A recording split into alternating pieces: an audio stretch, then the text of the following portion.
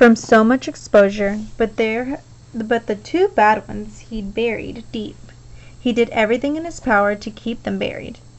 Now the coyotes were baying in his head, unearthing one of them. When he'd been about 5, he'd come upon his mother standing dismayed beside a bed of blood-red tulips. Half of them were standing at attention, half of them splayed over the ground, their blossoms crumpling. A rabbit got them. He must think the stems are delicious, the little devil. Peter had helped his father set a trap that night. We won't hurt him, right? Fine, we'll just catch him, then drive him into the next town. Let him eat someone else's tulips. Peter had baited the trap himself with a carrot, then begged his father to let him sleep in the garden to keep watch. His father had said no, but helped him set an alarm clock so he'd be the first to awaken. When it went off, Peter had run to his mother's room to lead her outside by the hand to see the surprise. The trap lay on its side at the bottom of a freshly scraped crater at least 5 feet across. Inside was a baby rabbit, dead. There wasn't a single mark on its little body, but the cage was scratched and dented, and the ground all around clawed to rubble. Coyotes, his father said, joining them. They must have scared it to death trying to get in, and none of us even woke up. Peter's mother had opened the trap and lifted out the lifeless form. She held it to her chest. They were just tulips, only a few tulips. Peter found the carrot, one end nibbled off, and threw it as far away as he could. Then his mother had placed the rabbit's body in his cupped palms and gone to get a shovel. With a single finger, Peter had traced its ears, unfurling like ferns from its face, and its paws, miraculously tiny, and the soft fur of its neck slick with his mother's tears. When she returned, his mother had touched his face, which burned with shame. It's okay. You didn't know. But it wasn't okay. For a long time afterward, when Peter closed his eyes, he'd seen coyotes, their claws raking dirt, their jaws snapping. He saw himself where he should have been, keeping watch in the garden that night. Over and over he saw himself doing what he should have, rising from his sleeping bag, finding a rock, and hurling it. He saw the coyotes fleeing back into the darkness, and he saw himself opening the trap to set the rabbit free. And with that memory, the anxiety snake struck so hard that it stunned Peter's breath out of him. He hadn't been where he should have been the night the coyotes killed the rabbit, and he wasn't where he should be now. He gasped to fill his lungs and sat bolt upright. He tore the photo in half, and then in half again, and pitched the pieces under the bed. Leaving Pax hadn't been the right thing to do. He jumped to his feet. He'd already lost a lot of time.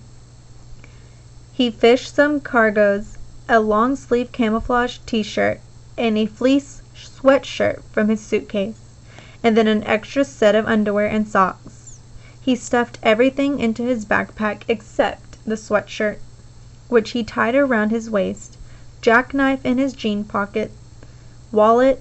He debated for a minute between his hiking boots and sneakers and decided on the boots, although he didn't put them on. He looked around the room, hoping to find a flashlight or anything resembling camping equipment.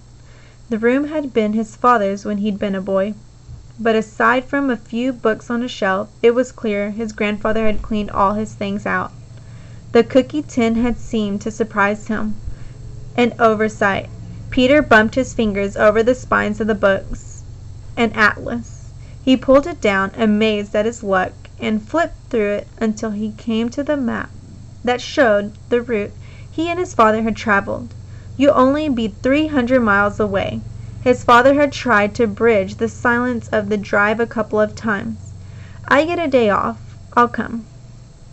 Peter had known that it would never happen. They didn't give days off in the war. Besides, it wasn't his father. he was already missing. And then he saw something he hadn't realized. The highway snaked around a long range of foothills.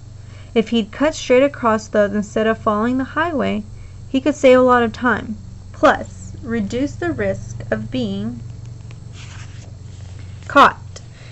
He started to rip out this page, then realized he couldn't leave his grandfather such an obvious clue. Instead, he studied the map for a long moment, then replaced the atlas on the shelf. 300 miles. It looked like he could shave off 100 of them by taking the shortcut, so say around 200. If he could walk at least 30 miles a day, he could make it in a week or less.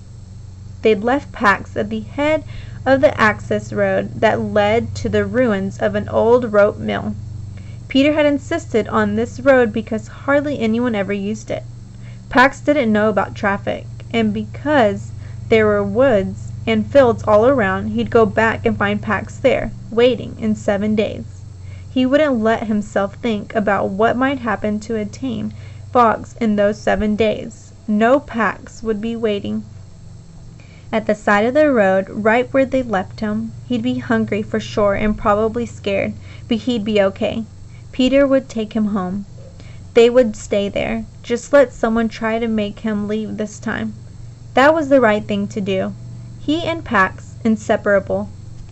He glanced around the room again, resisting the urge to just run. He couldn't afford to miss anything. The bed. He pulled the blanket off, rumpled the sheets, and punched the pillow until it looked slept on. From his suitcase, he took out the picture of his mother he'd kept on his bureau. The one taken on her last birthday, holding up the kite Peter had made for her, and smiling as if she'd never had a better present in her life, and slid it into his backpack. Next, he pulled out the things of hers that he'd kept hidden in his bottom drawer at home. Her gardening gloves still smudged with the last soil she'd ever lifted. A box of her favorite tea, which had long ago lost its peppermint scent. The thick candy cane striped knee socks she wore in winter. He touched them all, wishing he could take everything back home where it belonged, and then chose the smallest of the items, a gold bracelet with an enameled phoenix charm she'd worn every day, and tucked it into the middle of his backpack with the photo. Peter surveyed the room a last time. He eyed his baseball and glove, and then crossed to the bureau and stuffed them into the backpack. They didn't weigh much, and he'd want them when he was back home. Besides, he just felt better when he had them. Then he eased the door open and crept into the kitchen. He set the backpack on the oak table, and in the dim light from above the stove he began to pack supplies. A box of raisins, a sleeve of crackers, and a half-empty jar of peanut butter. Pax would come out of any hiding spot for peanut butter. From the refrigerator he took a bunch of string cheese and 2 oranges. He filled the thermos with water and then hunted through drawers until he found matches, which he wrapped in tin foil. Under the sink he scored 2 lucky finds, a roll of duct tape and a box of heavy-duty garbage bags. A tarp would have been better, but he took the 2 bags with gratitude and zipped the pack. Finally, he took a sheet of paper from the pad beside the phone and began a note. Dear Grandfather. Peter looked at the words for a minute as if they were a foreign language, and then crumpled the paper up and started a new note. I left early. Wanted to get a good start on school. See you tonight. He stared at that page for a while, too, wondering if it sounded as guilty as he felt. At last he added, Thanks for everything, Peter. Placed the note under the salt shaker and slipped out. On the brick wall he shrugged on his sweater and crouched to lace his boots. He straightened up and shouldered his backpack. Then he took a moment to look around. The house behind him looked smaller than it had when he'd arrived. as if it were already receding into the past. Across the street, clouds scudded along the horizon, and a half moon suddenly emerged, brightening the road ahead.